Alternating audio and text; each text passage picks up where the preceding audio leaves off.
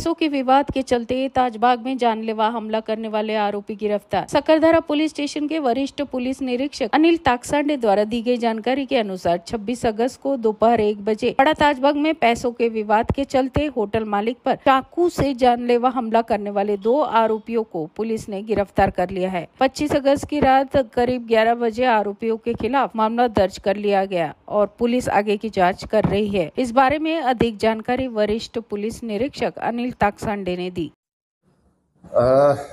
मोठा ताजबाग येथे राहणारे शफीक खान अजीब खान यांचं तिथे एक हॉटेल आहे। त्या हॉटेलमध्ये त्यांना नेहमी कच्चं चिकन घेण्याची आवश्यकता पडत होती। त्या अनुषंगाने हसनबाग येथे राहणारे मोहम्मद आसिम उर्फ मोनू व अनीस यांच्या दुकानातून ते नेहमी चिकन घेत होते। कोरोना काळामध्ये काही त्यांचे चिकनचे पैसे उधार राहिले होते, जवळपास 1 लाख रुपये उधारी होती म्हणजे मोनूची वगैरे।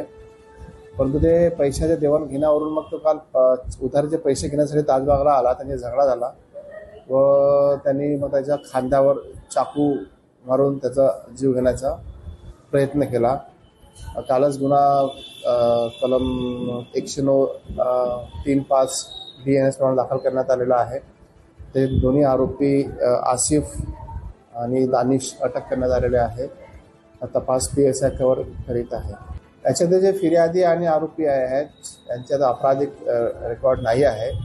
एका व्यवसायावरून उधारीच्या पैशावरून यांचा झगडा झालेला आहे, आपराधिक रेकॉर्ड नाही आहे।